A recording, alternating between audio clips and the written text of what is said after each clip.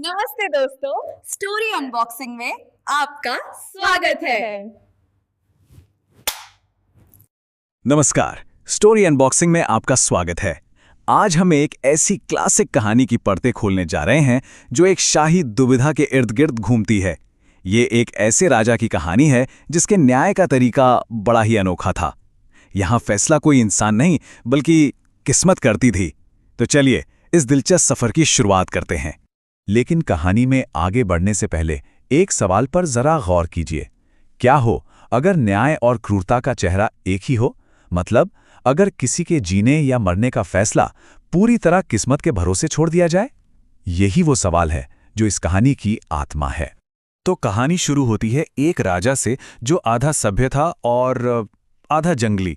उसने आसपास के मॉडर्न राज्यों से कुछ अच्छे आइडियाज तो उठा लिए थे, लेकिन अंदर से वो अब भी पूरी तरह शाही और कह सकते हैं सनकी था। और उसकी सबसे बड़ी खासियत, जो वो सोच लेता था बस वही हकीकत बन जाता था। उसे कोई ना कहने वाला था ही नहीं। इसी राजा ने एक बहुत बड़ा अखाड़ा बनवाया था, एक ग्रैंड एरिना। लेकिन ये जगह कुश्ती या खेलों के लिए नहीं थी, नहीं, ये थी इंसाफ के लिए। यहां किसी भी आरोपी की किस्मत का फैसला सबके सामने होता था, वो भी किस्मत के एक खेल से, और फैसला एकदम तुरंत और फाइनल। और जानते हैं, लोगों के लिए ये एक थ्रिलिंग तमाशा बन गया था। तो ये सिस्टम काम कैसे करता था? देखिए, आरोपी को एरिना के ठीक बीच में लाया जाता था और उसके सामने होते थे दो बिल्कुल एक जैसे दरवाजे। कोई निशान नहीं, कोई पहचान नहीं, कोई फर्क नहीं। आरोपी को खुद ही उनमें से एक दरवाजा चुनना होता था। कोई सलाह नहीं, कोई मदद नहीं, सब कुछ उसकी अपनी किस्मत के हाथ में। इन दरवाजों के पीछे का राज ही इस पूरे खेल का आधार था। जैसा कि आप देख सकते हैं, एक दरवाजे के पीछे होता था एक भूखा खूंखार बाघ।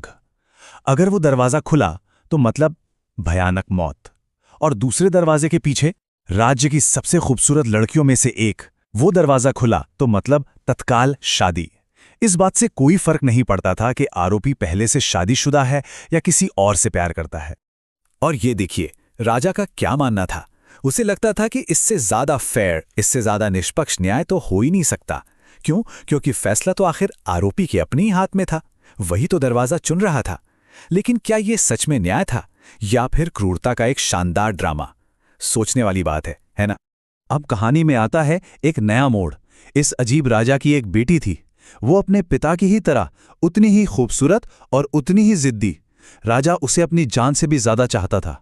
और इस राजकुमारी को प्यार हो गया एक आम दरबारी लड़के से। वो युवक था तो बहुत सुंदर और बहादुर, लेकिन उसका ओहदा राजकुमारी के लायक बिल्कुल नहीं था। और इसी वजह से उनका प्यार राजा की नजर में एक बहुत बड़ा गुनाह था, एक ऐसा जुर्म जिसकी सजा पहले से ही तय थी।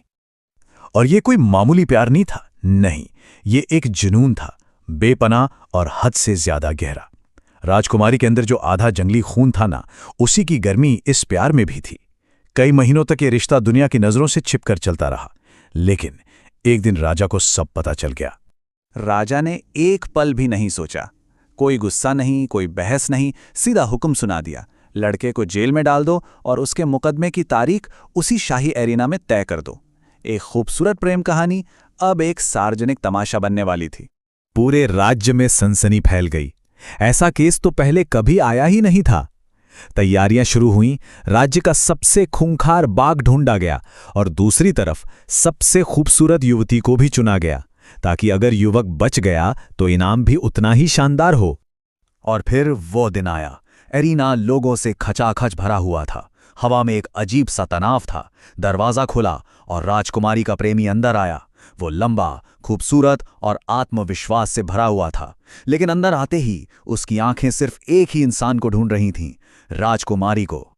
अब हम आते हैं कहानी के सबसे दिलचस्प हिस्से पर। देखिए, राजकुमारी कोई आम लड़की नहीं थी। उसके पास ताकत थी, पैसा था और अपने पिता जैसी ही जिद थी।